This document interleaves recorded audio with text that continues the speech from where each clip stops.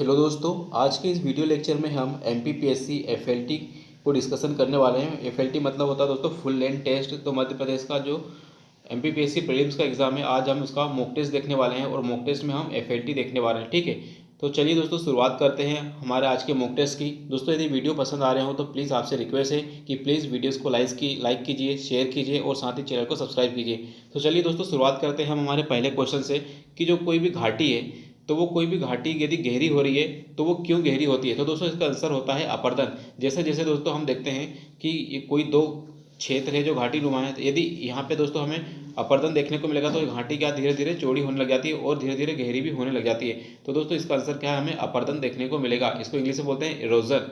ठीक है, इरोजन के कारण क्या है, जल का प्रवाह धीरे धीरे सतह की चट्टान या मिट्टी को काटते रहता है और फिर ये एक घाटी बन जाती है। और ये घाटी आमतौर पर तीन प्रकार की भी होती है। या तो ये वी आकार की होगी, ठीक है, ये घाटियाँ या तो वी आकार की हो सकती है, यू आकार की हो सकती है या सपाट तल भी हो सकता है। तो ठीक है, ये तीन प्रकार की हमें घाटियाँ भी देखने को मिल सकती है। अगला क्वेश्चन है दोस्तों, हिस्ट्री से रिलेटेड हम देखेंगे कि भारत शासन अधिनियम 1919 में किन धर्मों हेतु पृथक निर्वाचन की बात की। तो 1919 के अंदर दोस्तों 1909 के अंदर तो मुस्लिम की बात की गई थी, लेकिन 1919 में दोस्तों हमें क्या है, सिख, ईसाई और आंग्ल भारतीय, क्या इन तीनों के लिए कर दी गई थी। तो यस दोस्तों, इन तीनों के लिए इस व्यवस्था कर दी गई थी। तो इसका आंसर है दोस्तों यस, तीनों के लिए यह व्यवस्था कर दी थी 1919 के एक्ट में कि जो भाई सिख भी आ जाओ, ईसाई भी आ जाओ और आंग्ल भारतीय, इन सभी के लिए क्या व्यवस्था कर दी गई थी, पृथक निर्वाचन के बारे में।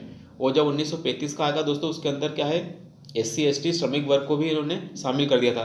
सल्तनत काल में किस भाषा को राजभाषा का दर्जा दिया गया। तो दोस्तों पूछा जा रहा है कि जो सल्तनत काल थी उसमें किस भाषा को राजभाषा का दर्जा दिया गया था। दोस्तों हम फारसी को देखेंगे, राइट। ठीक है, तो पर्शियन लैंग्वेज को क्या है दोस्तों, सल्तनत काल में हम देखेंगे कि फारसी को इसका क्या है, राजभाषा का दर्जा दिया गया। तो दिल्ली सल्तनत के दौरान इस्लामिक आधिकारिक धर्म था। ठीक है, उस समय जो इस्लाम क्या है, आधिकारिक रूप से धर्म था, जबकि फारसी अधिकारित जो अधिकृत दरबारी भाषा भी हमें देखने को मिलेगी। इसी के कारण दोस्तों हम देखते हैं कि जो फारसी है वो अधिक प्रचलित हो गई और अन्य भाषाएं भी थी जैसे कि अरबी है, हिंदी है, ये दोस्तों आम बोलचाल में प्रयुक्त होती थी। ठीक है, अगला क्वेश्चन देखेंगे दोस्तों कि राज्य के किस समूह के साथ नागालैंड की साझी सीमा है। तो दोस्तों कौन सा राज्य जो नागालैंड के साथ सीमा बनाता है। अरुणाचल प्रदेश यस, असम, लेकिन दोस्तों मेघालय नहीं बनाता है। अरुणाचल प्रदेश यस, असम यस, लेकिन मणिपुर नहीं बनाता है। ठीक है, असम, मेघालय और मणिपुर, दोस्तों फिर यहाँ मेघालय आ गया है। ठीक है, तो अरुणाचल प्रदेश, असम और मिजोरम, यस दोस्तों ये आंसर हमें देखने को मिलेगा। ठीक है, लेकिन नहीं देखने को मिलेगा नागालैंड के साथ। तो उत्तर की यदि बात करें, अरुणाचल प्रदेश, मणिपुर और असम, तो दोस्तों अरुणाचल प्रदेश, मणिपुर और असम हमें देखने को मिलेगा, मिजोरम भी नहीं देखने को। तो देखना, तीन देखना है दोस्तों कि असम, मणिपुर और अरुणाचल प्रदेश। तो ये तीन कहाँ देखने को मिलेगा, असम, मणिपुर और अरुणाचल प्रदेश। तो असम, मणिपुर, अरुणाचल प्रदेश, यस दोस्तों ये तीन हमें देखने को मिलेंगे। तो आंसर हमारा बी होना चाहिए, राइट। तो ये आंसर हमारा है अरुणाचल प्रदेश, असम और मणिपुर, ये तीन हमें देखने को मिलेंगे, राइट। बाकी ये हमें नहीं देखने को मिलेंगे, तो ये हमारे रॉन्ग आंसर क्या है, अरुणाचल प्रदेश, असम और मणिपुर। तो मणिपुर से भी दोस्तों क्या है, हमें इसकी देखने को मिलेगी। ठीक है, इसकी नागालैंड की सीमा। अगला है दोस्तों, आर्थिक सर्वेक्षण 2022-23 के अनुसार सोयाबीन उत्पादन में मध्य प्रदेश का कौन सा स्थान है। दोस्तों ये हमें सेकंड स्थान देखने को मिलेगा क्योंकि फर्स्ट पे आप महाराष्ट्र पहुंच गया, राइट। तो फर्स्ट पे क्या दोस्तों, महाराष्ट्र पहुंच गया, फिर मध्य प्रदेश। ठीक है, अगला बात करेंगे दोस्तों, छठवां क्वेश्चन कि राष्ट्रीय खाद्य सुरक्षा अधिनियम 2013 आया है हमारे पास, उसकी किस धारा के अनुसार मध्य प्रदेश ने अपना खाद्य आयोग अधिनियम गठित किया गया। सो दोस्तों ये क्या है, ये हमें क्या है, धारा 16 देखने को मिलेगी। तो नेशनल फूड सिक्योरिटी एक्ट की धारा 16 कहती है कि राज्य भी क्या है, अपने अपने स्तर पर क्या है दोस्तों, खाद्य आयोग का गठन करेंगे। ठीक है, ये कहता है दोस्तों कि अधिसूचना के द्वारा अधिनियम में कार्यान्वयन को मॉनिटरिंग और करने के लिए उसका पुनर्विलोकन करने के लिए क्या है, राज्य भी अपने खाद्य आयोग का गठन करेंगे दोस्तों, धारा 16 के अनुसार। ठीक है, अगला क्वेश्चन है दोस्तों, सातवां हम देखेंगे मध्य प्रदेश राजस्व मंडल का मुख्यालय। तो रेवेन्यू मंडल का मुख्यालय दोस्तों हमें कहाँ देखने को मिलेगा। तो इसका ऑप्शन पढ़ते हैं दोस्तों, तो ग्वालियर में। तो मध्य प्रदेश का जो राजस्व मंडल है दोस्तों, इसका हमें कहाँ देखने को मिलेगा, रेवेन्यू बोर्ड कहाँ पे लोकेटेड है दोस्तों, रेवेन्यू बोर्ड मध्य प्रदेश का हमें ग्वालियर में देखने को मिलेगा। ठीक है, ग्वालियर में दोस्तों क्या है, रेवेन्यू बोर्ड हमें देखने को मिलेगा। निम्नलिखित को सही मैच करना है दोस्तों। ठीक है, ओके। तो लोथल, लोथल से क्या है दोस्तों, हमें क्या है, लोथल क्या है दोस्तों, हमें डॉकयार्ड देखने को मिलेगा गोदीवाड़ा। कालीबंगा से दोस्तों हमें क्या है, चूड़ी मिली है, और साथ ही जोता हुआ खेत हमें कालीबंगा से देखने को मिलेगा। सॉरी दोस्तों, और धोलावीरा क्या है दोस्तों, लेकिन धोलावीरा भी क्या है दोस्तों, डॉकयार्ड देखने को मिलेगा। और बनावली, बनावली पक्की मिट्टी के बने हुए हल देखने को मिलेगा। और फिर से दोस्तों एक बार कर लेते हैं सही मैच। तो लोथल दोस्तों गोदीवाड़ा, कालीबंगा जूता हुआ खेत, और धोलावीरा से दोस्तों हड़प्पा लिपि के आकार के बड़े चिन्ह मिले। यस दोस्तों, धोलावीरा से क्या है दोस्तों, हमें एक साइन बोर्ड मिला है। और बनावली दोस्तों क्या है, बनावली की बात करें तो पक्की मिट्टी से बने हुए हल मिले हैं। तो दोस्तों एक बार आप ठीक से इसको कर लेते हैं ताकि ये हमारा क्वेश्चन आ भी सकता है, ठीक है। तो लोथल दोस्तों क्या है, लोथल हमारा गोदीवाड़ा, राइट। जोता हुआ खेत दोस्तों हमें कहाँ देखने को मिलेगा, कालीबंगा। तो कालीबंगा से दोस्तों क्या हमें जुता हुआ खेत देखने को मिलेगा। जुता हुआ खेत दोस्तों हमें कालीबंगा से देखने को मिलेगा। अब बात करेंगे धोलावीरा की, तो धोलावीरा से हमें एक साइन बोर्ड मिला है, ठीक है, ठीक है, एक साइन बोर्ड हमें मिला है, ठीक है। अगला बात करेंगे दोस्तों बनावली की, तो बनावली से क्या है, पक्की मिट्टी से बने हुए हमें प्रतिरूप देखने को मिलेंगे। हल के प्रतिरूप, हल मतलब ठीक है, हल के प्रतिरूप देखने को मिलेंगे। तो आई होप दोस्तों ये क्वेश्चन हमें समझ में आ गया होगा। अगला क्वेश्चन है दोस्तों, श्री हरिकोटा रेंज की बात किया तो श्री हरिकोटा रेंज जो कि भारत के उपग्रह छोड़ने का केंद्र है, किस राज्य में स्थित है। तो श्री हरिकोटा हमें कहाँ देखने को मिलेगा, तो श्रीकोटा दोस्तों ये हमें तमिलनाडु में देखने को मिलेगा। श्री हरिकोटा कहाँ है दोस्तों, हमें सॉरी आंध्र प्रदेश में, यार आंध्र प्रदेश में देखने को मिलेगा, ठीक है। ठीक है, आंध्र प्रदेश में दोस्तों हमें हरिकोटा देखने को मिलेगा, राइट। तो उसको बोलते हैं दोस्तों सतीश धवन अंतरिक्ष केंद्र, भारतीय अनुसंधान संस्थान का एक प्रकार का लॉन्चिंग सेंटर हमें देखने को मिलेगा। ये आंध्र प्रदेश के श्री हरिकोटा में स्थित हमें देखने को मिलेगा, ठीक है। अब 10वां क्वेश्चन देखेंगे दोस्तों, मध्य प्रदेश का गठन क्या दोस्तों कब किया गया, 26 नवंबर 1956 में, ठीक है।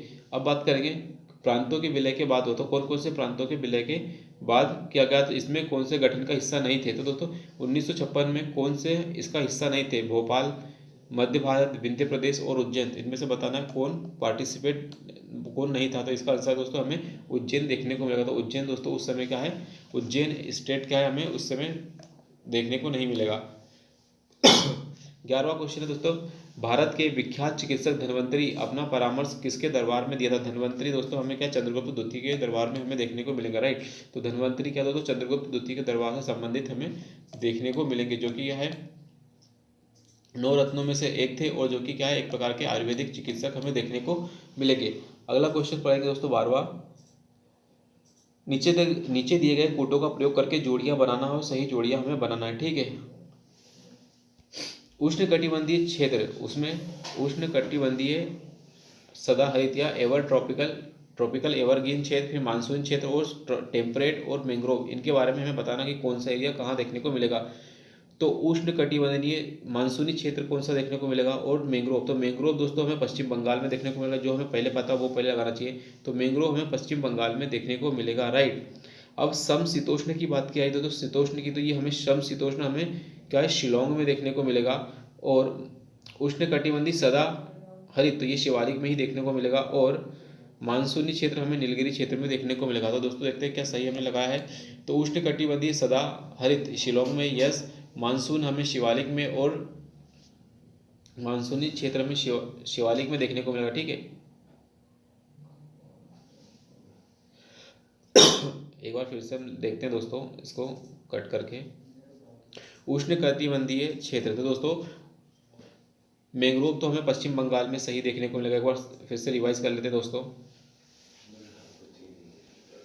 मैंग्रोव हमें कहाँ देखने को मिलेगा, पश्चिम बंगाल में। मैंग्रोव क्या है, पश्चिम बंगाल में। मैंग्रोव क्या दोस्तों हमें पश्चिम बंगाल में देखने को मिलेगा। अगला क्वेश्चन, अगला देखते हैं दोस्तों हमें कि हमें मानसून, तो मानसून दोस्तों क्या है, मानसूनी फॉरेस्ट हमें क्या है दोस्तों, मानसूनी फॉरेस्ट हमें शिवालिक में देखने को मिलेगा। तो मानसूनी फॉरेस्ट क्या दोस्तों हमें शिवालिक में देखने को मिलेगा। तो मानसूनी फॉरेस्ट हमें क्या है, शिवालिक में देखने को मिलेगा। अगला देखते हैं दोस्तों हम कि समशीतोष्ण, तो समशीतोष्ण हमें कहाँ, शिलोंग में देखने को मिलेगा। समशीतोष्ण, समशीतोष्ण क्या नीलगिरी में, तो समशीतोष्ण हमें नीलगिरी में देखने को मिलेगा। तो समशीतोष्ण क्या है दोस्तों, हमें नीलगिरी में देखने को मिलेगा। फिर उष्णकटिबंधीय सदाबहार वन, तो ये हमें कहाँ देखने को मिलेगा, शिलोंग में देखने को मिलेंगे। तो उष्णकटिबंधीय सदाबहार हमें शिलोंग में देखने को मिलेगा, राइट।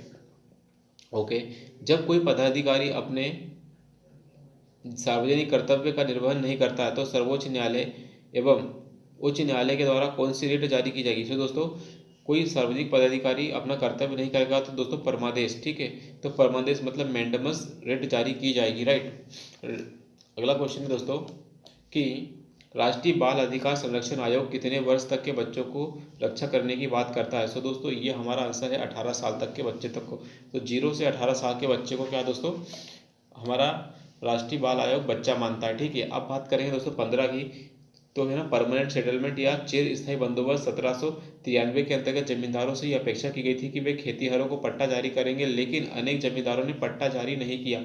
इसके लिए कौन सा कारण जिम्मेदार हमें देखने को मिलता है, ठीक है। तो यदि बात करेंगे दोस्तों तो ये जमींदारों के ऊपर किसानों का विश्वास था, गलत। ये तो बिल्कुल भी विश्वास नहीं था। जमींदारों के ऊपर कोई सरकारी नियंत्रण नहीं था। तो यस दोस्तों यही हमें देखने को मिलेगा कि जमींदारों के ऊपर कोई सरकारी नियंत्रण नहीं था कि वे ऐसा करेंगे ही करेंगे, मतलब ये पट्टा जारी करेंगे ही करेंगे। जमींदारों के ऊपर ऐसा कोई सरकारी नियंत्रण हमें नहीं देखने को मिलेगा। तो यही हमारा आंसर हमें देखने को मिलेगा, राइट। अगला बात करेंगे दोस्तों 16वें क्वेश्चन की कि भारत सरकार अधिनियम 1935 की बात करें तो भारत सरकार अधिनियम 1935 का मुख्य आधार कौन सी रिपोर्ट थी। तो ये हमें दोस्तों कौन सी रिपोर्ट हमें देखने को मिलेगी, गांधी इरविन पैक्ट नहीं, साइमन रिपोर्ट 1930 नहीं, क्रिप्स मिशन 1900। तो दोस्तों ये साइमन रिपोर्ट 1930 ही इसका आधार थी, हमें देखने को मिलेगा। तो साइमन रिपोर्ट 1930, ठीक है, साइमन रिपोर्ट 1930 के आधार पर ही दोस्तों भारत शासन अधिनियम 1935 हमें देखने को मिलेगा। लाडली बहना योजना की शुरुआत कब की गई। तो दोस्तों ये डेट पूछ ली गई कि लाडली बहना भैया कब आई। तो 15 मार्च 2023 को आई थी। ये तो रट्टाफिकेशन वाला क्वेश्चन बन गया। तो 15 मार्च 2023, 15 मार्च दो सॉरी कहाँ गया 15 मार्च 2023, 15 मार्च 2023 को लाडली बहना योजना आती है। तो 15 मार्च 2023 इसको याद रखना है। और कितने, तो दोस्तों अभी शुरुआत में 1000 थे, अब 1250 रुपये मिलते हैं लाडली बहना योजना के अनुसार, ठीक है। और दोस्तों इसका जो लक्ष्य है वो है इकोनॉमिक एम्पावरमेंट, है ना, महिलाओं का जो आर्थिक सशक्तिकरण की बात की जा रही है। अगला क्वेश्चन है दोस्तों 18वां हमें देखने को मिला कि जो कैशे शब्द कोसे, है ना, कोसे शब्द का उपयोग किया जाता है कपास के लिए, सन के लिए, रेशम के लिए, ऊन के लिए। तो जो कोसे शब्द किसके लिए उपयोग किया जाता है। तो दोस्तों संस्कृत साहित्य में कोसे शब्द का उपयोग रेशम के लिए किया जाता है, ये हमें पता होना चाहिए। तो कौशे शब्द दोस्तों किसके लिए, सिल्क के लिए किया जाने वाला शब्द हमें देखने को मिलेगा। अगला क्वेश्चन देखेंगे बाल तोड़ा हिम्मत, है ना, बल तोड़ा हिम्मत, हिम्मत हमें कहाँ देखने को मिलेगा। तो कुछ दोस्तों जो इंपॉर्टेंट हिम्मत है वह हमें पता होना चाहिए। तो ये दोस्तों हमें क्या है, काराकोरम पर्वत श्रृंखला में हमें देखने को मिलेगा, ठीक है। तो बाल तोड़ा ग्लेशियर हमें कहाँ है, काराकोरम पर्वतमाला में हमें देखने को मिलेगा, राइट। अगला क्वेश्चन हम देखेंगे कि ताप विद्युत परियोजना कौन सी सही जोड़ी हमें बताना। तो कोरबा उत्तर प्रदेश में है क्या, रामगुंडम तमिलनाडु, तलचर आंध्र प्रदेश में और कवास गुजरात में। तो हमें बताना है कि कौन सी है। तो दोस्तों इसका सही बताना, तो दोस्तों कवास गुजरात में है, ये हमें सही देखने को मिलेगी, बाकी सब हमें गलत देखने को मिलेगी। कोरबा की यदि बात करें तो कोरबा दोस्तों हमें कहाँ देखने को मिलेगी, कोरबा हमें छत्तीसगढ़ में देखने को मिलेगी। यदि बात करें रामागुंडम, तो इधर रामागुंडम तो दोस्तों हमें क्या है, आंध्र प्रदेश में, रामागुंडम दोस्तों हमें आंध्र प्रदेश में देखने को मिलती है। और तलचर तो उड़ीसा में देखने को मिलती है। तलचर क्या है दोस्तों, तलचर हमें उड़ीसा में देखने को मिलती है। तो दोस्तों एक बार फिर से हम रिवाइज भी कर लेते हैं कि कोरबा हमें छत्तीसगढ़ में देखने को मिलेगी, कोरबा दोस्तों हमें छत्तीसगढ़ में देखने को मिलेगी, रामगुंडम आंध्र प्रदेश में देखने को मिलेगी, तलचर हमें उड़ीसा में देखने को मिलेगी, लेकिन कवास कहाँ दोस्तों, गुजरात में हमें देखने को मिलेगी। तो कवास हमें गुजरात में देखने को मिलेगी, ये हमारा क्या आंसर सही देखने को मिलेगा। गोवा को सबसे पहले यूरोप के किस देश निवासियों ने उपनिवेश बनाया था। दोस्तों गोवा को सबसे पहले यूरोप के किस देश के निवासियों ने उपनिवेश बनाया, ये हमें बताना है। तो दोस्तों क्या है, पोर्तुगीज ने, फ्रांसीसीज ने, हॉलैंड ने या ईस्ट इंडिया कंपनी ने, ये हमें बताना है। तो दोस्तों सबसे पहले पोर्तुगीज ने ही बनाया था। तो दोस्तों हमारा आंसर होना चाहिए पोर्चुगीज, है ना, पुर्तगाल। तो इसका आंसर दोस्तों हमें पुर्तगाल देखने को मिलेगा। और ये 1510 से 1561 की बात की है ना, 1510 से लेकर 1961 तक, ठीक है, 1961 तक पोर्तुगीज ने यहाँ पर राज किया था। 1510 से लेकर 1961 तक पुर्तगालियों का उपनिवेश हमें गोवा देखने को मिलता है, राइट। अगली बात करेंगे निम्नलिखित में से कौन सा कथन कडप्पा के बारे में असत्य है। तो कडप्पा सेल समूह के बारे में कौन सा असत्य है। कडप्पा की बात करिए, ये सेल समूह मध्य प्रदेश के उत्तर पूर्वी भाग में देखने को मिलेगा। उत्तर पूर्वी मतलब मध्य प्रदेश के इस भाग में देखने को मिलेगा। या फिर इनमें हीरो के भंडार है, कडप्पा में क्या हीरो के भंडार हैं, इनका निर्माण ज्वालामुखी उद्वार से हुआ है, हिनोता, अंगोरा इसी क्षेत्र में हमें देखने को मिलेंगे। तो ये हमें बताना है दोस्तों कि कौन सा सही है। तो दोस्तों कौन सा हमें गलत बताना है, तो असत्य। तो ये दोस्तों उत्तर पूर्वी भाग में, यस दोस्तों, ये तो हमें उत्तर पूर्वी भाग में देखने को मिलेगा। इसमें हीरो का भंडार है दोस्तों, पन्ना वगैरह क्षेत्र में, ठीक है, हमें देखने को मिलेगा हीरो का भंडार है। इनका निर्माण ज्वालामुखी, नो दोस्तों, ज्वालामुखी उद्गार से हमें नहीं देखने को मिलेगा। और हिनोता, अंगोरा इसी क्षेत्र में है। तो कडप्पा की जहाँ खदानें हैं उसी क्षेत्र में हमें हिनोता और अंगोरा क्या है दोस्तों देखने को मिलेगी। तो हमारा आंसर सी क्या है दोस्तों देखने को मिलेगा। तो सी क्या है दोस्तों हमें रॉन्ग देखने को मिलेगा। तो हमारा आंसर क्या है, ज्वालामुखी उद्गार से हमें नहीं देखने को मिलेगा। जो कडप्पा सेल समूह का निर्माण दोस्तों ज्वालामुखी उद्गार से नहीं बल्कि धारवाड़ प्रणाली की चट्टानों के कटाव और अवसादन से। दोस्तों क्या है दोस्तों, हमारी जो कडप्पा सेल है इसके अंदर जो कटाव होता है और अवसादन होता है उसके परिणाम स्वरूप हमें कडप्पा सेल देखने को मिलती है, ठीक है। और ये सभी सेलों को हम अवसादी सेल भी कह सकते हैं, ठीक है, सेडिमेंट्री रॉक कह सकते हैं। इन चट्टानों का नाम दोस्तों आंध्र प्रदेश के कडप्पा जिले के नाम पर रखा गया है, ठीक है। ओके, अगला क्वेश्चन हम देखेंगे 23वां क्वेश्चन क्या कहता है कि जो केंद्रीय सतर्कता आयोग है, ठीक है, केंद्रीय सतर्कता आयोग का गठन निम्नलिखित में से किस समिति के आयोग पर किया गया। तो दोस्तों ये क्या, केंद्रीय सतर्कता है ना, सेंट्रल विजिलेंस कमीशन। दोस्तों इसके लिए हमें रटी हुई समिति है के संथानम समिति, ठीक है। तो के संथानम समिति के सिफारिश पर हमें देखने को मिलेगा, के संथानम समिति की सिफारिश पर हमें देखने को मिलेगा। अगला क्वेश्चन है दोस्तों,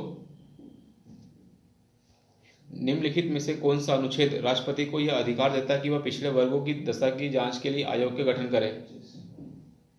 तो के संथानम समिति के बारे में बताना है, वह कौन सा आयोग है दोस्तों जो पिछड़े वर्गों की दशा की जांच के लिए एक आयोग की नियुक्ति की बात करता था। दोस्तों ये आर्टिकल हमें कौन सा देखने को मिलेगा, तो ये दोस्तों हमें आर्टिकल क्या है, डी देखने को मिलेगा, आर्टिकल 340 देखने को मिलेगा। तो ये आर्टिकल दोस्तों हमें 340 के अनुसार देखने को मिलेगा। तो ये दोस्तों एक इंपॉर्टेंट आर्टिकल है कि राष्ट्रपति चाहे तो वो अदर बैकवर्ड क्लासेस के लिए कोई कमीशन क्या है जारी कर सकता था। तो दोस्तों कमीशन जारी करने की शक्ति जो राष्ट्रपति की वो हमें आर्टिकल 340 के तहत देखने को मिलेगी।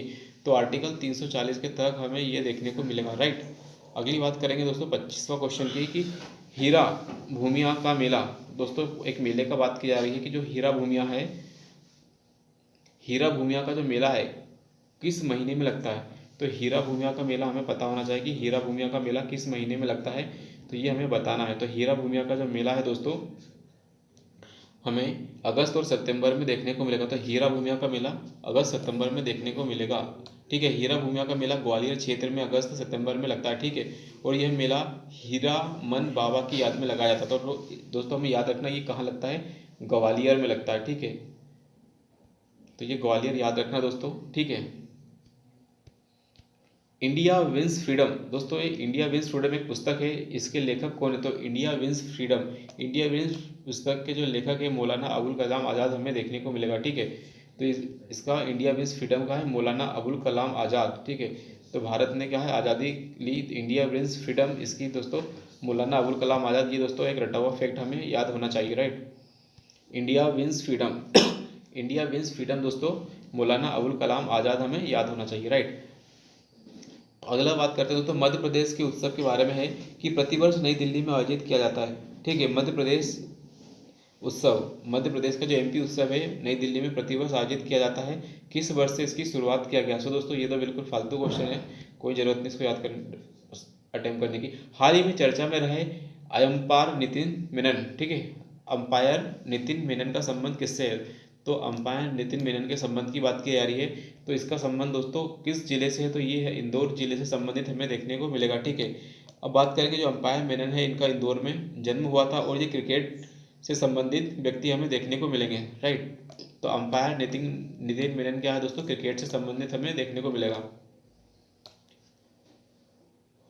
अगला क्वेश्चन पढ़ेंगे दोस्तों कि बैडमिंटन अकादमी मध्य प्रदेश के किस जिले में है। तो बैडमिंटन की अकादमी हमें किस जिले में देखने को मिलेगी। तो मध्य प्रदेश की बैडमिंटन अकादमी हमें क्या दोस्तों ग्वालियर क्षेत्र में देखने को मिलेगी। तो ग्वालियर के अंदर दोस्तों बैडमिंटन अकेडमी हमें देखने को मिलेगी। तो बैडमिंटन अकेडमी दोस्तों हमें हाँ देखने को मिलेगी, ग्वालियर क्षेत्र में देखने को मिलेगी। और इसके अलावा अन्य भी देखने को मिलेगा, इंदौर, भोपाल, जबलपुर में भी दोस्तों इसके फीडर सेंटर हमें देखने को मिलेंगे।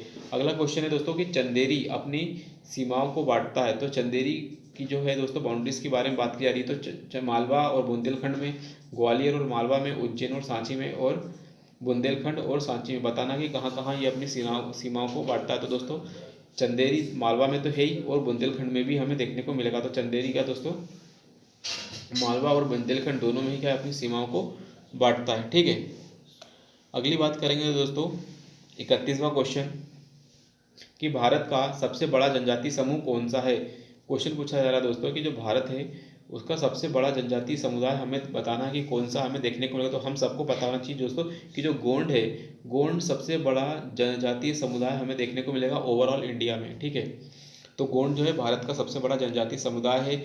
ये लोग हमें छत्तीसगढ़ में देखने को मिलेंगे, मध्य प्रदेश में, उड़ीसा में, आंध्र प्रदेश में और महाराष्ट्र में देखने को मिलेंगे। उसके बाद यदि बात करें तो भील है, फिर संताल है। ठीक है, तो एक बार हम दोस्तों ये याद कर लेते हैं इसको कि कौन है। सबसे पहले गोंड, फिर भील हमें सेकंड नंबर पे देखने को मिलेगा, और उसके बाद तीसरे नंबर पे हमें क्या दोस्तों संथाल देखने को मिलेगा। तो जनजातीय समुदाय की यदि बात करें भारत में तो सबसे बड़ा जनजातीय समुदाय गोंड है, फिर भील है, फिर संथाल हमें देखने को मिलेगा। तो गोंड भील संथाल, गोंड भील संथाल, इसको हम याद कर लेंगे। राइट, तो गोंड भील संथाल, गोंड भील और फिर संथाल, तो इस तरह की हम टिक भी बना सकते हैं GBS। ठीक है, गोंड भील और संथाल। अब मिट्टियों की बात करना दोस्तों।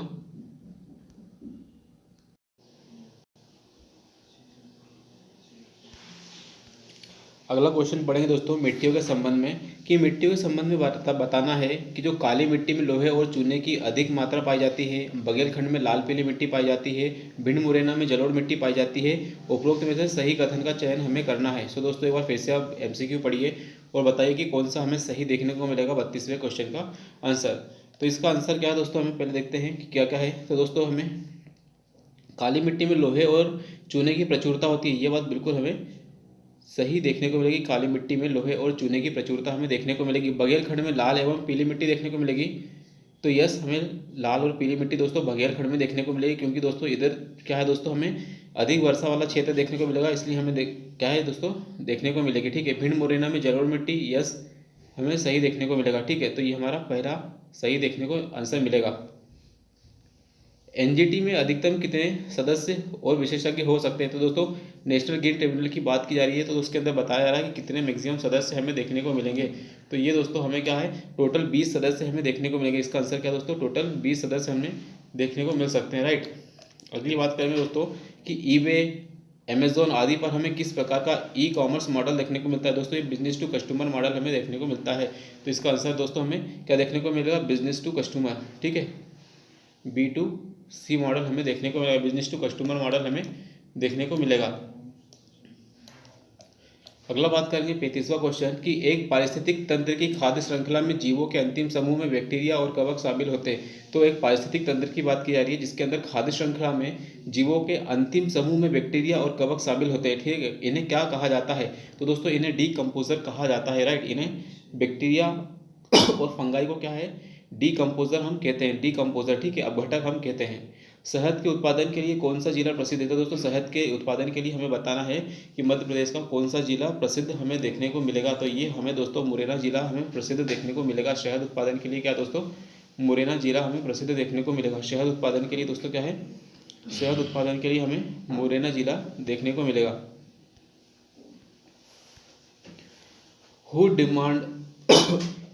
Demand the constituent assembly in 1934, मतलब 1934 में किसने क्या है कॉन्स्टिट्यूएंट असेंबली की मांग उठाई। तो दोस्तों ये क्या है, एम एन रॉय ने कहा 1934 में कि भारत के पास खुद की एक कॉन्स्टिट्यूएंट असेंबली होनी चाहिए जो क्या है अपने देश के नागरिकों के लिए क्या है संविधान का निर्माण करेगी। तो दोस्तों इसका 1934 के अंदर क्या है कॉन्स्टिट्यूएंट असेंबली की बात की एम एन रॉय ने। एम एन रॉय हमारा आंसर देखने को मिलेगा। अगला बात करेंगे दोस्तों क्वेश्चन 38वां। ठीक है, तो ये है मध्य प्रदेश का उत्तरी जिला। तो मध्य प्रदेश का सबसे उत्तरी जिला दोस्तों हमें कौन सा देखने को मिलेगा, शिवपुरी नहीं, मुरैना, यस।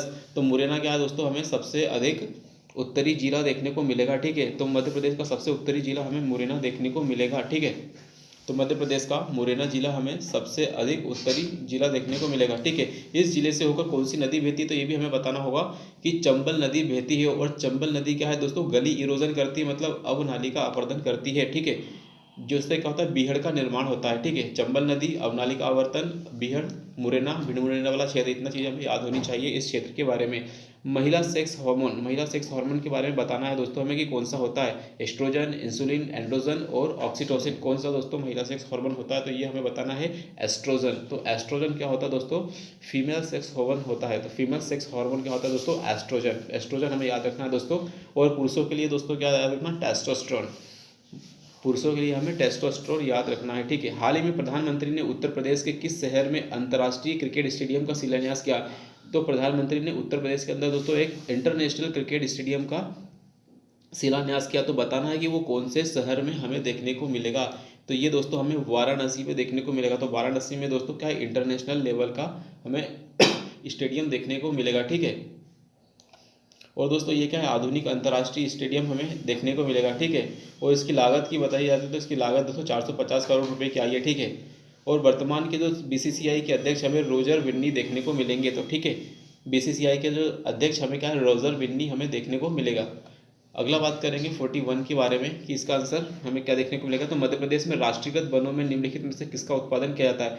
तो मध्य प्रदेश के अंदर दोस्तों जो राष्ट्रीयकृत वन है, नेशनलाइज वन है, उसमें किसका उत्पादन किया जाता है, साल के बीज का, तेंदुपत्ता का, या दोनों का, या दोनों में से कोई भी नहीं का। तो 41 का आंसर क्या दोस्तों, हमें दोनों का ही उत्पादन देखने को मिलेगा। तो ये साल और तेंदुपत्ता दोनों का उत्पादन देखने को मिलेगा। अगला क्वेश्चन है दोस्तों, संविधान संशोधन की प्रक्रिया किस देश से ली गई है। तो दोस्तों ये हमें कहाँ से देखने को मिलेगी, हमने संविधान संशोधन की प्रक्रिया हमें क्या है, दक्षिण अफ्रीका से हमें देखने को मिलेगी। तो दक्षिण अफ्रीका से क्या दोस्तों हमने संविधान संशोधन की प्रक्रिया को उठाया। तो दोस्तों क्या है, संविधान संशोधन की प्रक्रिया को क्या है दोस्तों, हमने दक्षिण अफ्रीका से उठाया है। राइट। अगला क्वेश्चन है दोस्तों, राष्ट्रीय बाल अधिकार संरक्षण आयोग का गठन कब किया गया। तो राष्ट्रीय बाल अधिकार संरक्षण आयोग की बात की जा रही है दोस्तों। तो राष्ट्रीय बाल संरक्षण आयोग का गठन दोस्तों कब किया गया था, 5 मार्च 2007 को किया गया था। ठीक है, तो राष्ट्रीय बाल अधिकार संरक्षण आयोग थे ना, बाल अधिकार संरक्षण आयोग की स्थापना दोस्तों कब किए गए थे, 5 मार्च सन 2007 में हमें देखने को मिलेगा। आगे बढ़ते हैं दोस्तों। 44वां क्वेश्चन है, कुछ सिस्टम्स के बारे में बताई जा रही है दोस्तों की। तो वे सिस्टम जो बुद्धिमान मनुष्य की तरह व्यवहार प्रदर्शित करते हैं, सीखते भी हैं, समझते भी और अपने उपयोगकर्ताओं को सलाह भी देते हैं, क्या कहलाते हैं दोस्तों। आप तो ये क्या कहलाते हैं, हाइब्रिड सिस्टम, एक्सपर्ट सिस्टम, यूनिमेट्स कहलाते हैं, या विजुअल सिस्टम कहलाते हैं। तो दोस्तों इसका आंसर हमें देखने को मिलेगा, ये एक प्रकार के एक्सपर्ट सिस्टम होते हैं जो आर्टिफिशियल इंटेलिजेंट है ना, आर्टिफिशियल इंटेलिजेंट और जनरेटिव एआई पर आधारित होते हैं। तो ठीक है, ये एक्सपर्ट सिस्टम हमें देखने को मिलेंगे। ठीक है, भारत का सर्वाधिक आबादी वाला द्वीप कौन सा है। तो दोस्तों इसमें बताया जा रहा है कि भारत का जो सर्वाधिक आबादी वाला द्वीप हमें कौन सा देखने को मिलेगा। तो ये दोस्तों हमें सेल्सर द्वीप देखने को मिलेगा, ना तो अंडमान, ना तो लक्षद्वीप, ना ही माजुली। तो दोस्तों ये हमें कौन सा देखने को मिलेगा, सेल्सर द्वीप। तो भारत का सर्वाधिक आबादी वाला दोस्त हमें सेल्सर द्वीप देखने को मिलेगा। ठीक है, और ये भारत के महाराष्ट्र प्रदेश, जो महाराष्ट्र है उसके पश्चिमी तट पर हमें देखने को मिलेगा। तो ये सालसेट द्वीप क्या दोस्तों, महाराष्ट्र के पश्चिमी तट पर देखने को मिलेगा। और जो मुंबई का ठाणे का इलाका है दोस्तों, यह भी इसी द्वीप के द्वीप में हमें देखने को मिलेगा। और दुनिया के सबसे अधिक घनी आबादी वाले द्वीपों में से इसे द्वीपों में एक माना जाता है किसे, सालसेट द्वीप को।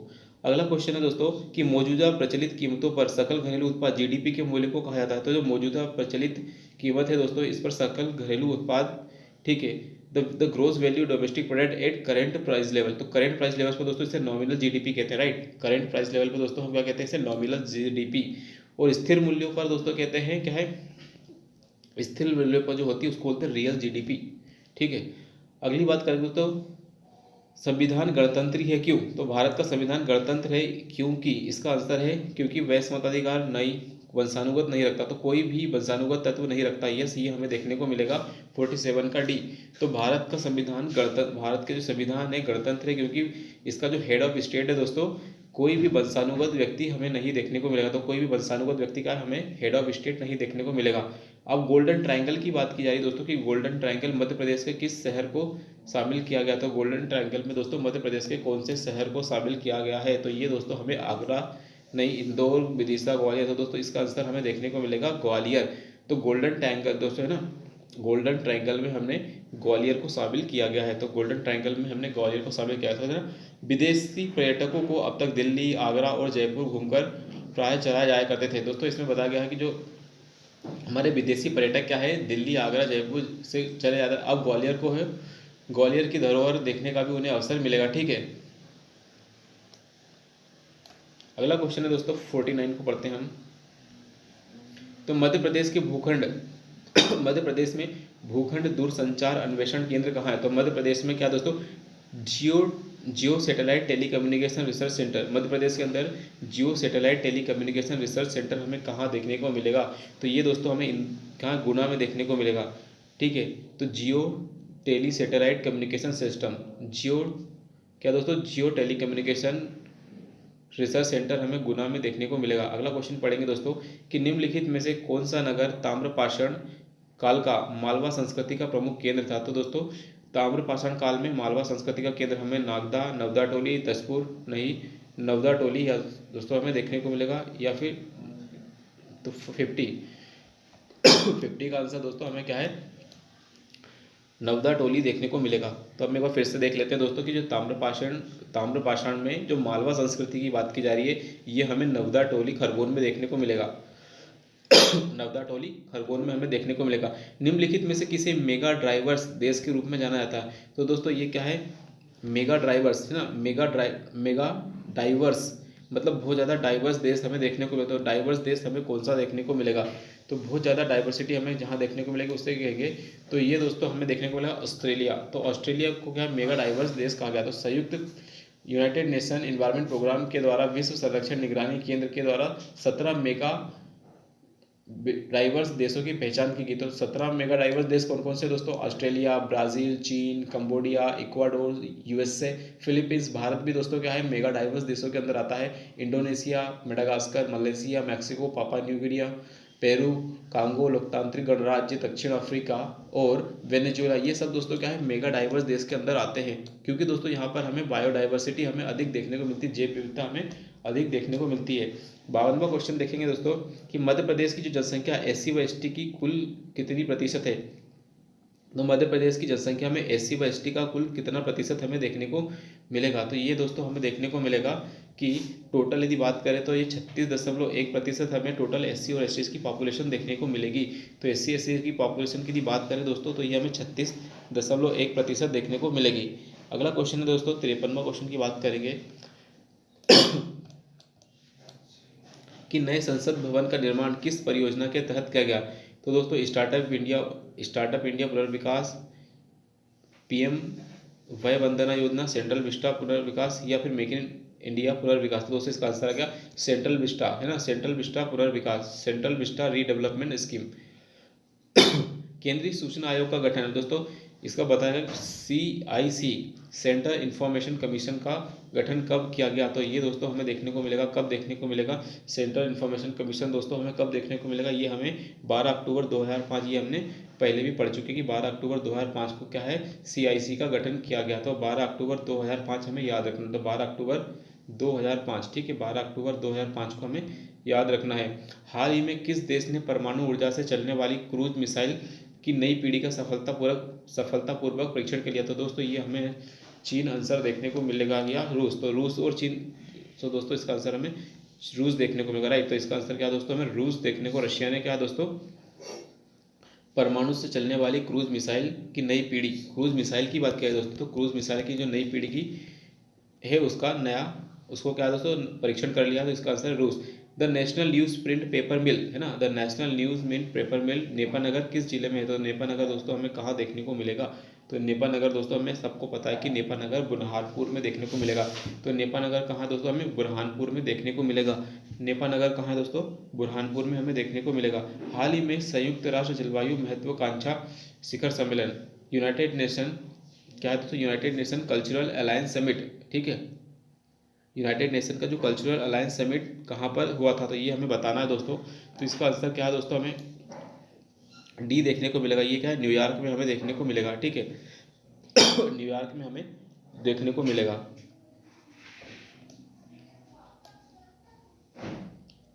58वां क्वेश्चन पढ़ेंगे आगे हम कि पहली भारतीय मिसाइल का नाम क्या था? भारत की जो पहली भारतीय मिसाइल थी उसका नाम हमने क्या रखा था? तो दोस्तों पहली मिसाइल था उसका नाम हमने क्या रखा था? पृथ्वी रखा था। तो पहली मिसाइल का नाम हमने क्या रखा था? पृथ्वी रखा था। तो पहली मिसाइल दोस्तों क्या है, भारत की जो पहली मिसाइल थी उसका नाम क्या है, हमने पहली मिसाइल का नाम पृथ्वी रखा था, ठीक है। और यदि दोस्तों हम बात करें तो इसके लिए हमारा मिसाइलों के लिए कौन सा हमारा प्रोग्राम है? तो दोस्तों integrated guided missile development program, ठीक है, ये हमें याद रखना है दोस्तों, क्या है, integrated guided missile development program, ठीक है, IGMDP याद रखना। तो integrated guided missile development program, ये दोस्तों क्या हमें विशेष रूप से याद रखना है मिसाइल डेवलपमेंट के लिए। हाल ही में किस राज्य का तट मंदिर, ठीक है, हाल ही में किस राज्य का तट मंदिर भारत का पहला हरित ऊर्जा वाला पुरातत्व स्थल बन गया? तो दोस्तों कोई सा तट मंदिर है जो भारत का पहला हरित ऊर्जा वाला मतलब ग्रीन एनर्जी वाला मंदिर बन गया, ये हमें बताना। तो ये दोस्तों क्या है, हमें केरल के तमिलनाडु के मंदिर हमें देखने को मिलेगा। तमिलनाडु का जो यूनेस्को में है यूनेस्को में दोस्तों हमें ममल्लापुरम, कौन सा है, ममल्लापुरम तट क्या है, भारत का पहला हरित ऊर्जा वाला पुरातत्व स्थल बन गया। तो दोस्तों इसका नाम हमें लिख लेते हैं ममल्लापुरम, ठीक है, ममल्लपुरम, ठीक है, ममल्लापुरम पांड्यों की द्वारा बनवाया गया था, ठीक है। और दोस्तों इस मंदिर तट को 1948 में महाबलीपुरम भी कहा गया था। इसके अंदर दोस्तों ये यूनेस्को की विश्व धरोहर स्थल भी इसको घोषित किया गया, ठीक है, यूनेस्को वर्ल्ड हेरिटेज साइट भी इसे घोषित किया गया, राइट। अगला क्वेश्चन देखेंगे दोस्तों 60वां। कौन सा शब्द ऐसी प्रजाति का वर्णन करने के लिए उपयोग किया जाता है जिसकी संख्या तेजी से घट रही है और पृथ्वी पर पूरी तरीके से गायब हो सकते हैं? तो दोस्तों इसके लिए कौन सा शब्द हमें देखने को मिलेगा? तो दोस्तों वो देखते हैं कौन सा।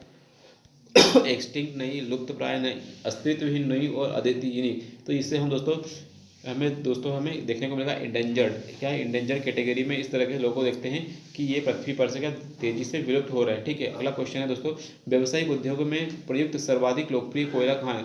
तो जो व्यवसायिक उपयोग के लिए सर्वाधिक लोकप्रिय कोयला हमें कौन सा देखने को मिलता है? तो वैसे तो दोस्तों हमें एंथ्रेसाइट देखने को मिलता है, ठीक है।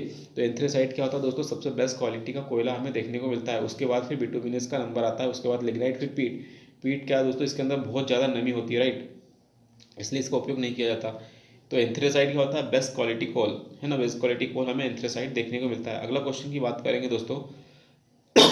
राज्य मानव अधिकार आयोग केवल उन्हीं मामलों में मानव अधिकारों की उल्लंघन की जांच कर सकता है। तो इसमें पूछा गया कि राज्य का जो मानव अधिकार आयोग कब जांच कर सकता है और कब नहीं? तो जो केवल केंद्र सूची के विषय हो, जो केवल राज्य सूची के विषय हो, जो राज्य और संवर्ती सूची दोनों के विषय हो, इनमें से कोई नहीं। तो दोस्तों क्या है, राज्य और केंद्र संवर्ती सूची हो सभी के विषय है ना कर सकता। तो 62 का वैसा आंसर है दोस्तों सी मिलेगा। इसका आंसर क्या है दोस्तों, हमें राज्य और संवर्ती सूची दोनों के विषय हम देख सकता है, ठीक है। हाल ही में, क्योंकि बात की जा रही है दोस्तों मध्य प्रदेश का राज्य मानव अधिकार आयोग, न कि केंद्र का मानव अधिकार आयोग की बात की जा रही है, ठीक है। हाल ही में भारत सरकार के आवास और शहरी मंत्रालय, दोस्तों गवर्नमेंट ऑफ इंडिया की बात की जा रही है, उसका कौन सा मंत्रालय, आवास और शहरी मामलों का मंत्रालय ने स्मार्ट सिटीज कॉन्क्लेव 2023 का आयोजन किया, ठीक है। तो अभी स्मार्ट सिटी कॉन्क्लेव कहाँ किया गया ये पूछा गया। तो स्मार्ट सिटी कॉन्क्लेव हमें दोस्तों इंदौर में देखने को मिलेगा। तो इंदौर में क्या दोस्तों, स्मार्ट सिटी कॉन्क्लेव हमें देखने को मिलेगा, इंदौर के अंदर स्मार्ट सिटी कॉन्क्लेव हमें देखने को मिलेगा। निम्नलिखित में से किस गतिविधि को गोल्ड कॉलर जॉब किसे कहा गया? गोल्ड कॉलर जॉब की बात करें तो गोल्ड कॉलर जॉब दोस्तों हमें देखने को मिलेगा कि गोल्ड कॉलर जॉब हमें दोस्तों ये 5वीं श्रेणी है उसकी क्वालिटी के जॉब को दोगे गोल्ड कॉलर जॉब कहा है। तो गोल्ड कॉलर का मतलब दोस्तों हम थोड़ा सा समझ लेते हैं कि गोल्ड कॉलर का मतलब क्या होता है। तो गोल्ड कॉलर ऐसे व्यवसाय के रूप में जाना जाता है जो तृतीयक क्षेत्र के एक और उपखंड का प्रतिनिधित्व करते हैं, जो वरिष्ठ व्यावसायिक होते हैं, जैसे कि कोई बहुत बड़े बड़े व्यवसायी हो गए, अधिकारी हो गए, सरकारी अधिकारी हो गए, ठीक है, अनुसंधान करने वाले वैज्ञानिक हो गए, वित्तीय और कानूनी सलाह देने वाले सलाहकार हो गए। तो ये सब दोस्तों क्या है, हाई पेइंग जॉब जो है वे सब क्या है, गोल्ड कॉलर जॉब कहलाते हैं, राइट, ठीक है। हाई पेइंग जॉब वाले गोल्ड कॉलर जॉब कहलाते हैं। एक मनुष्य के जीवन को पूर्ण रूप से धारणी करने के लिए आवश्यक न्यूनतम भूमि को क्या कहते हैं? तो दोस्तों एक मनुष्य को जीवन जीने के लिए जो आवश्यक भूमि होती है उसको, उस न्यूनतम भूमि को क्या कहते हैं? लिविंग बींग्स, वायोम, नीश और पारिस्थितिकी पदछाव। तो इसको क्या कहा जाता है? सो दोस्तों हम क्या कहेंगे, इकोलॉजिकल फुटप्रिंट, ठीक है, इकोलॉजिकल फुटप्रिंट हम कहेंगे, इकोलॉजिकल फुटप्रिंट हम कहेंगे, ठीक है। अब पूछा जा रहा है दोस्तों कि गहन कृषि मतलब एक्सटेंसिव एग्रीकल्चर से क्या, इंटेंसिव एग्रीकल्चर से हम क्या कहते हैं? इंटेंसिव मतलब खेती को अधिक राज्यों में फैलाना, गलत। खेती के तहत दी गई भूमि पर अधिक श्रम और पूंजी आदानों का उपयोग करना, यस ये दोस्तों सही हो सकता है। श्रम और पूंजी का मामूली, गलत। अधिक भूमि को खेती के अंतर्गत आना, गलत। दोस्तों ये हमारा बी आंसर होगा कि खेती के तहत दी गई भूमि में अधिक पूंजी और अधिक श्रम का उपयोग करना हमें देखने को मिलेगा। तो राइट, इसका आंसर हमें क्या है 66 का आंसर हमें देखने को मिलेगा कि जो सबसे अधिक मतलब जो जिस जहाँ पे भी हम खेती कर रहे हैं उस पर अधिक से अधिक पूंजी और अधिक से अधिक श्रम लगा रहे हैं तो उसे हम इंटेंसिव एग्रीकल्चर कहेंगे। ठीक है, तो अधिक श्रम भी लगा रहे हैं और अधिक पूंजी मतलब कैपिटल भी लगा रहे हैं, तो अधिक कैपिटल और लेबर यदि हम लगा रहे हैं तो उसे हम इंटेंसिव एग्रीकल्चर कहेंगे। ठीक है, सालगढ़ का किला दोस्तों ये इंपॉर्टेंट है कि जो सालगढ़ का सबलगढ़ का किला मध्य प्रदेश के किस जिले में हमें देखने को मिलेगा। सबलगढ़ का किला दोस्तों हमें किस जिले में देखने को मिलेगा, ये दोस्तों हमें क्या है मुरैना में देखने को मिलेगा। तो सबलगढ़ का किला दोस्तों हमें मुरैना में देखने को मिलेगा। ठीक है, और ये दोस्तों क्या एक पहाड़ी के शिखर पर देखने को मिलेगा और इसका जो निर्माण है संबल सिंह गुर्जर ने क्या है 18वीं शताब्दी में करवाया था। राइट, डीटीपी का पूरा फुल फॉर्म बताना है। ठीक है, daily text printing, desktop printing या डेली टेक्स्ट पब्लिशिंग, क्या है इसका आंसर। तो 68 का दोस्तों हमें क्या है डेस्कटॉप पब्लिशिंग आंसर देखने को मिलेगा। डीटीपी मतलब डेस्कटॉप पब्लिशिंग। सो दोस्तों ये भी हमारा क्या है कंप्यूटर से इंपॉर्टेंट एक कीवर्ड है, याद रख सकते हैं हम इसका फुल फॉर्म कि डेस्कटॉप पब्लिशिंग क्या है डीटीपी का फुल फॉर्म हमें देखने को मिलेगा। केंद्र सरकार ने 17 सितंबर 2023 को कारीगरों, शिल्पकारों और मजदूरों को ऋण देने के लिए किस योजना की शुरुआत की। तो दोस्तों इसका आंसर हमें बताना है कि जो केंद्र सरकार है उसने 17 सितंबर 2022 को कारीगरों, शिल्पकारों और मजदूरों को ऋण देने के लिए कौन सी योजना दी। पीएम कार्यकारी योजना, पीएम विश्वकर्मा योजना, पीएम शक्ति बल योजना या पीएम कारोबार योजना। इसका आंसर दोस्तों हमें देखने को मिलेगा पीएम विश्वकर्मा योजना। इसका आंसर क्या है दोस्तों पीएम विश्वकर्मा योजना हमें देखने को मिलेगा। निम्नलिखित में से कौन सा तत्व एक उपधातु है, मतलब इसमें बताना है कि कौन सा जो तत्व है उपधातु है, टिन, सिलिकॉन, बिस्मिथ या फास्फोरस। बताना है कि कौन सा इसमें से है। तो ये दोस्तों सिलिकॉन क्या है हमें एक उपधातु देखने को मिलेगी। तो सिलिकॉन क्या दोस्तों हमें एक उपधातु सब एलिमेंट देखने को मिलेगा ना, मेटेलॉइड देखने को मिलेगा। मध्य प्रदेश में पहली बार राष्ट्रपति शासन कब लगाया गया था। दोस्तों पूछा जा रहा है कि मध्य प्रदेश में पहली बार शासन कब लगाया गया है। तो ये दोस्तों हमें देखने को मिलेगा अप्रैल 1977 में। ठीक है, अप्रैल 1977 में पहली बार क्या है मध्य प्रदेश में क्या लगाया था राष्ट्रपति शासन।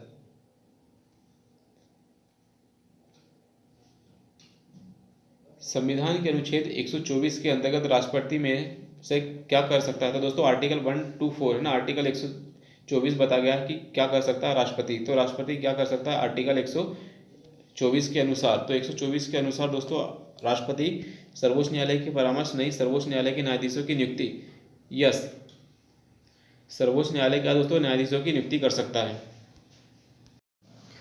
सो दोस्तों एक बार फिर से हम रिवाइज कर लेते हैं कि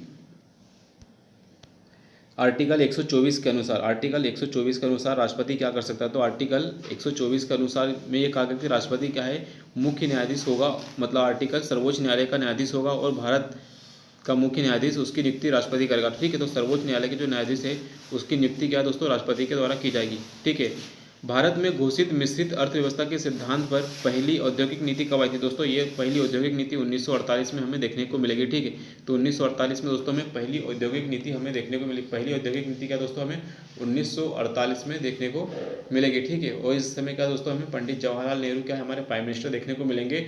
और औद्योगिक मंत्री की यदि बात की जाएगी दोस्तों तो औद्योगिक मंत्री क्या है श्यामा प्रसाद मुखर्जी हमें देखने को मिलेंगे। तो औद्योगिक मंत्री क्या दोस्तों एक बार याद कर लेते हैं श्यामा प्रसाद मुखर्जी। ठीक है, श्यामा प्रसाद मुखर्जी हमें देखने को मिलेंगे। श्यामा प्रसाद मुखर्जी का हमें औद्योगिक मंत्री देखने को मिलेंगे। निम्नलिखित में से कौन सी तकनीक हमारे शरीर के अंदर के अंगों की संरचनाओं को देखने के लिए एक बड़े चुंबक और रेडियो तरंगों का उपयोग करती है। तो बताना है computed tomography, fluoroscopy, position emission tomography या फिर मैग्नेटिक रेजोनेंस इमेजिंग। इसको बोलते हैं MRI। ठीक है, मैग्नेटिक रेजोनेंस इमेजिंग। तो ये कौन सी टेक्नोलॉजी का उपयोग की बात किया है दोस्तों, इसका आंसर हमें देखने को मिलेगा MRI। ठीक है, तो जो हमारी MRI टेक्निक है उससे क्या हमारे पूरे शरीर के अंदर की चीज़ें हम देख सकते हैं। तो इसका आंसर क्या दोस्तों मैग्नेटिक रेजोनेंस इमेजिंग। ठीक है, मैग्नेटिक रेजोनेंस इमेजिंग हमें देखने को मिलेगा।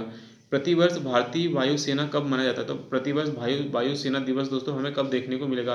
तो ये दोस्तों हमें कब देखने को मिलेगा 8 अक्टूबर को देखने को। ठीक है, वायुसेना दिवस हमें 8 अक्टूबर को देखने को मिलेगा। ठीक है, भारत में चांदी के उत्पादन में कौन सा राज्य प्रथम है? तो दोस्तों चांदी के उत्पादन की बात करें तो चांदी में हमें कौन सा राज्य देखने को मिलेगा? चांदी की यदि बात करें दोस्तों तो चांदी में हमें क्या है दोस्तों, राजस्थान पहले स्थान पर देखने को मिलेगा। तो चांदी क्या है दोस्तों, चांदी में राजस्थान क्या है, पहले स्थान पर हमें देखने को मिलेगा। चांदी के उत्पादन में क्या है, राजस्थान हमें पहले स्थान पर देखने को मिलेगा। फ्यूज तार की बात करें कि फ्यूज तार के बारे में कौन सा सही है? इसका निम्न गलनांक होता है और निम्न चालकता गलत है। इसमें उच्च गलनांक और निम्न चालकता होती है। इसमें निम्न गलनांक और उच्च चालकता होती है। इसमें उच्च गलनांक और उच्च चालकता होती है। तो इसके बारे में हमें सही बताना है कौन सा है। तो 77 का दोस्तों हमें देखने को मिलेगा। इसका जो आंसर है वो इसमें बताया जा रहा है कि जिसका गलनांक बहुत शो होता है लेकिन चालकता बहुत ज़्यादा उच्च होती है। ठीक है, तो इसका आंसर दोस्तों हमें देखने को मिलेगा। इसका जो मेल्टिंग पॉइंट है हमें बहुत कम देखने को मिलेगा।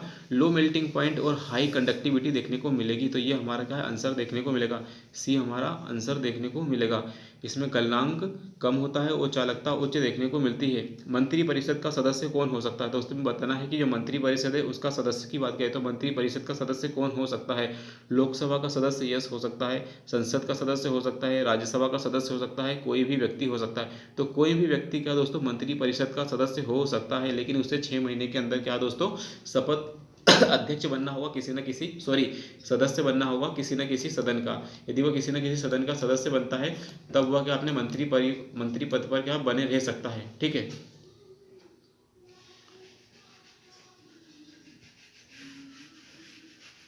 सापेक्षित आर्द्रता की बात की जाए तो दोस्तों की सापेक्षित आर्द्रता के मापन हेतु किस उपकरण का उपयोग किया जाएगा? तो दोस्तों ह्यूमिडिटी की बात करें तो ह्यूमिडिटी के लिए हम कौन से यंत्र का उपयोग करते हैं? ह्यूमिडिटी के लिए हम दोस्तों क्या है, हाइग्रोमीटर का उपयोग करते हैं। तो ह्यूमिडिटी के लिए दोस्तों क्या है, हम हाइग्रोमीटर का उपयोग करते हैं। इसको हम क्या आर्द्रता मापी भी मानते हैं। ठीक है, हाइग्रोमीटर क्या है दोस्तों, इससे हम ह्यूमिडिटी का मापन करते हैं। हाल ही में किस सरकार ने आरबीआई के डिप्टी गवर्नर के रूप में फिर से नियुक्त किया?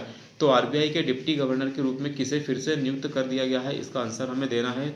इसका आंसर है दोस्तों एम राजेश्वर राव। दोस्तों याद रह जाए तो ठीक है, नहीं वरना कोई जरूरत नहीं। तो एम राजेश्वर राव इसका आंसर है। हाल ही में केंद्र सरकार ने किस राज्य के मुलुगु जिले में सरक्का केंद्रीय जनजातीय विश्वविद्यालय की स्थापना की है? तो दोस्तों समक्का सरक्का केंद्रीय जनजातीय विश्वविद्यालय है। तो किस जिले का है ये हमें देखने को मिलेगा? इसका आंसर हमें बताना है। तो देखते हैं ऑप्शन। तो इसका कर्नाटक, आंध्र प्रदेश, केरल, तेलंगाना। तो दोस्तों ये हमें देखने को मिलेगा तेलंगाना में। तो तेलंगाना में क्या है दोस्तों तेलंगाना के अंदर केंद्र सरकार ने क्या है, मुलुगु जिला है।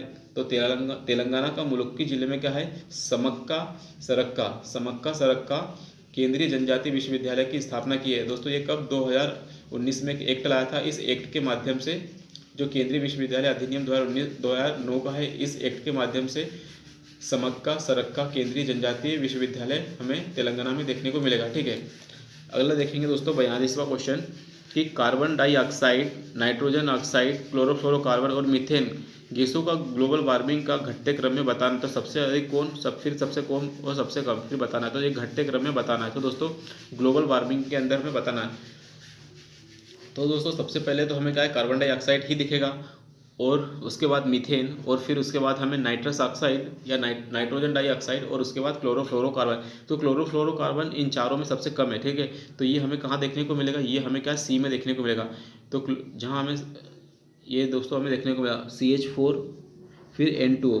तो कार्बन डाइऑक्साइड, CH4 और N2 हमें देखने को मिलेगा। तो carbon dioxide, methane, nitrogen dioxide और क्लोरोफ्लोरोकार्बन हमें देखने को मिलेगा। ठीक है, निम्नलिखित में से किस देश की सीमा इजराइल को नहीं छूती है? तो ये पूछा गया दोस्तों कि निम्नलिखित में से किस देश की सीमा इजराइल को नहीं छूती है? तो इजराइल को नहीं छूने वाली कि कौन से देश की सीमा है? तो सीरिया, जॉर्डन, लेबनान और इराक। इसमें से दोस्तों यदि हम बात करेंगे जो इराक है, इराक की सीमा इजराइल को नहीं छूती है। ठीक है, लेकिन सीरिया, जॉर्डन और लेबनान इनकी क्या सीमा इराक को छूती है। तो दोस्तों इसका आंसर क्या आएगा? इराक की जो सीमा है दोस्तों इजराइल को नहीं छूती है। ठीक है, निम्नलिखित में से कौन सा तरल सोना और प्लेटिनियम जैसी उत्कृष्ट धातुओं का घोल बन सकता है?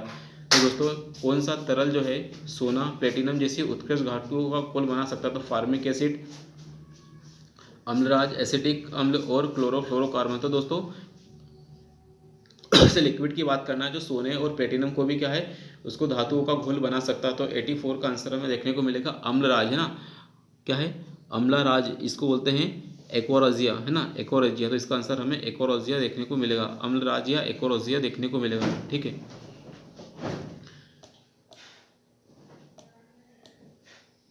अगला क्वेश्चन पढ़ेंगे दोस्तों कि केवटी जलप्रपात किस नदी पर है। तो दोस्तों केवटी नदी हमें क्या है, महाना नदी पर देखने को मिलेगा। तो केवटी नदी जलप्रपात हमें क्या है, महाना नदी पर देखने को मिलेगा। केवटी जलप्रपात कहाँ है दोस्तों, हमें केवटी जलप्रपात हमें महाना नदी पर देखने को मिलेगा। और यदि जिला पूछ लिया जाए तो जिला हमें बताना है रीवा। ठीक है, और ये केवटी जलप्रपात हमें क्या है, महाना नदी, और रीवा पूछ लिया जाए जिला हमें रीवा देखने को मिलेगा। केंद्रीय सूचना आयोग के प्रथम अध्यक्ष मतलब CIC के जो प्रथम अध्यक्ष हमें कौन देखने को मिलेंगे। तो प्रथम अध्यक्ष की यदि बात करें तो दोस्तों वजाहत हबीबुल्ला हमें देखने को मिलेंगे। ठीक है, तो वजाहत हबीबुल्ला क्या है दोस्तों, हमें प्रथम CIC देखने को मिलेंगे, केंद्रीय सूचना आयोग के अध्यक्ष हमें देखने को मिलेंगे। निम्नलिखित क्षेत्रों में किन्हें रामसर का दर्जा प्राप्त है। तो दोस्तों बताना, चिल्का झील यस, लोकटक झील यस, बुलट झील यस, केवला झील। तो चारों के चारों दोस्तों हमें क्या है, रामसर में देखने को मिलेंगे। तो 87 का डी यदि बात करें दोस्तों तो चारों के चारों हमें क्या है, रामसर देखने को मिलेंगे। तो इसका आंसर क्या है, ये सभी हमें क्या रामसर स्थल देखने को मिलेंगे। तो लोकटक झील, चिल्का झील, बुलर झील, केवला झील, ये सभी हमें रामसर साइट हमें क्या दोस्तों देखने को मिलेगी। ठीक है, रामसर की यदि बात की जाए तो रामसर क्या ईरान का एक शहर है, और 1971 में दोस्तों क्या है, आर्द्रभूमि यानी वेटलैंड्स के लिए क्या है दोस्तों, एक अंतर्राष्ट्रीय संधि हुई थी जिसे हम रामसर कन्वेंशन कहते हैं। ठीक है, 88वां क्वेश्चन देखेंगे दोस्तों, राष्ट्रीय सूचना विज्ञान केंद्र नेशनल इंफॉर्मेटिक्स सेंटर की बात की है तो इसके निदेशक कौन है। तो नेशनल इंफॉर्मेटिक्स सेंटर के जो निदेशक है उनकी बात की है कि वे कौन है। तो ये दोस्तों हमें क्या राजेश गेरा देखने को मिलेंगे।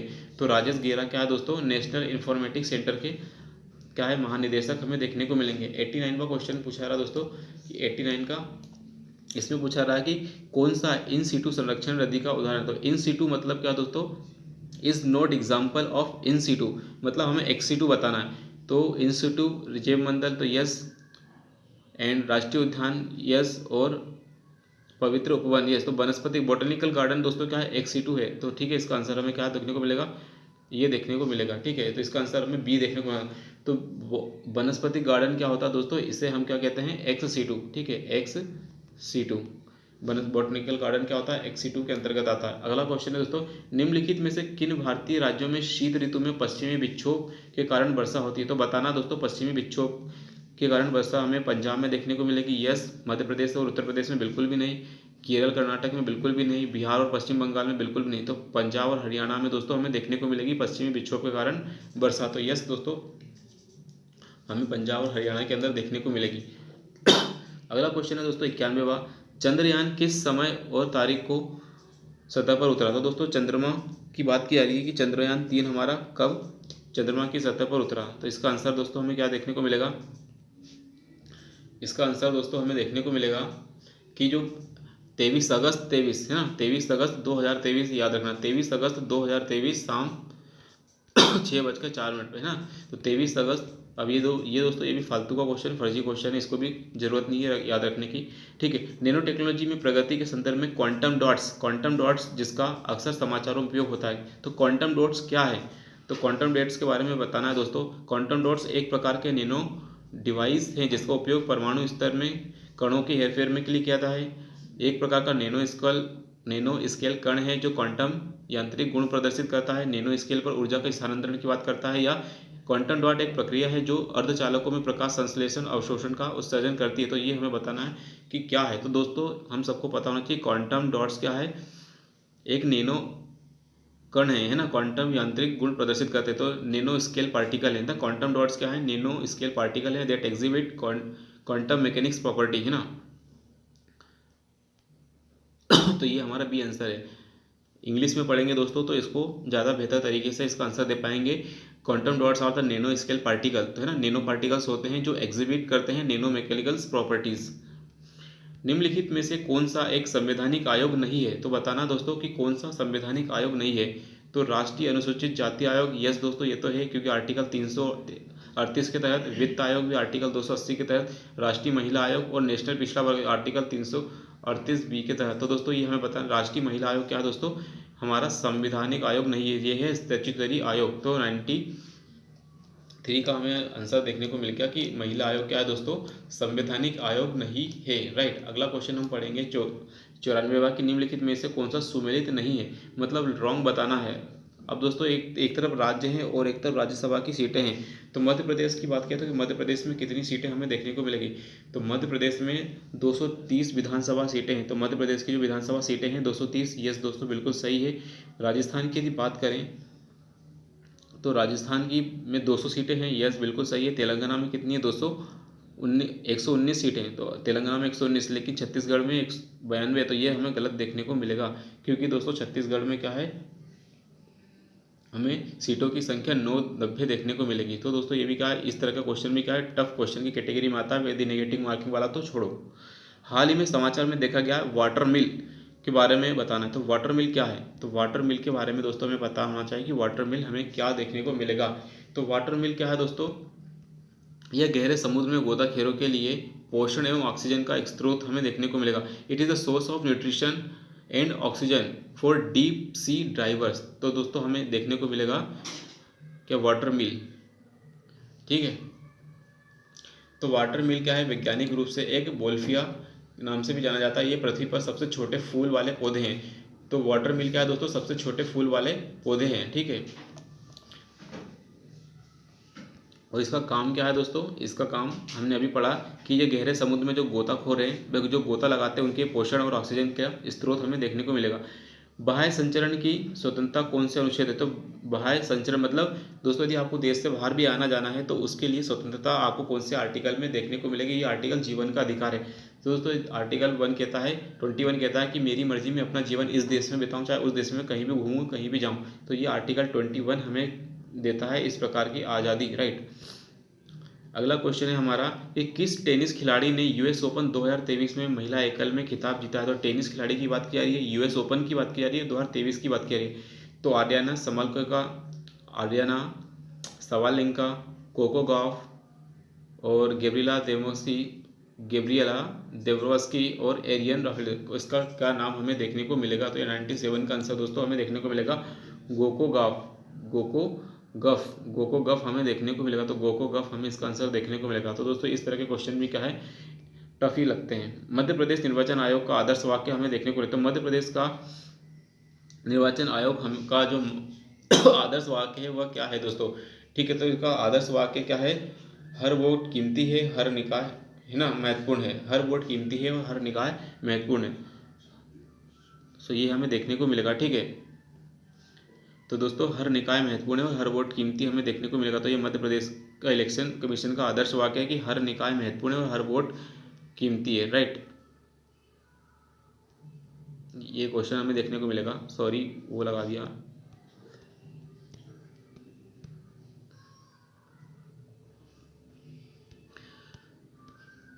हर वोट कीमती और हर निकाय महत्वपूर्ण, ठीक है। हर वोट कीमती है और हर निकाय महत्वपूर्ण है। तो मध्य प्रदेश इलेक्शन कमीशन का जो ध्येय वाक्य हमें देखने को मिलेगा, ठीक है। हर वोट कीमती है और हर निकाय महत्वपूर्ण हमें देखने को मिलेगा। इंटरनेट पर किए जाने वाले कार्य को क्या कहते हैं, तो इंटरनेट पर किए जाने वाले कार्य को क्या कहते हैं, सर्फिंग, ठीक है। इंटरनेट पर किए जाने वाले कार्य को हम सर्फिंग कहते हैं। निम्नलिखित में से कौन भारत के पहले निर्वाचन आयुक्त रहे, तो मध्य प्रदेश में कौन से भारत के पहले निर्वाचन आयुक्त हमें देखने को मिलेगा। तो मध्य प्रदेश के पहले निर्वाचन आयुक्त हमें देखने को मिलेंगे ये तो पूछा है भारत के, यस। तो भारत के तो पहले सुकुमार सेन हमें देखने को मिलेगा। तो क्या भारत के पहले हमें क्या है, सुकुमार सेन देखने को मिलेंगे, ठीक है। और इन्हें पद्म भूषण से भी सम्मानित किया गया और ये पश्चिम बंगाल के हमें निवासी देखने को मिलेंगे। सो दोस्तों ये रहा आज का हमारा FLT। आई होप दोस्तों इस FLT से आपने कुछ नया सीखा होगा और साथ ही साथ इस FLT में आप अपना स्कोर भी बता सकते हैं। सो आज की वीडियो में इतना ही दोस्तों, मिलते हैं अगले वीडियो में। एंड यदि आपको FLTs पसंद आ रहे हैं तो please like, comment, share and subscribe my channel.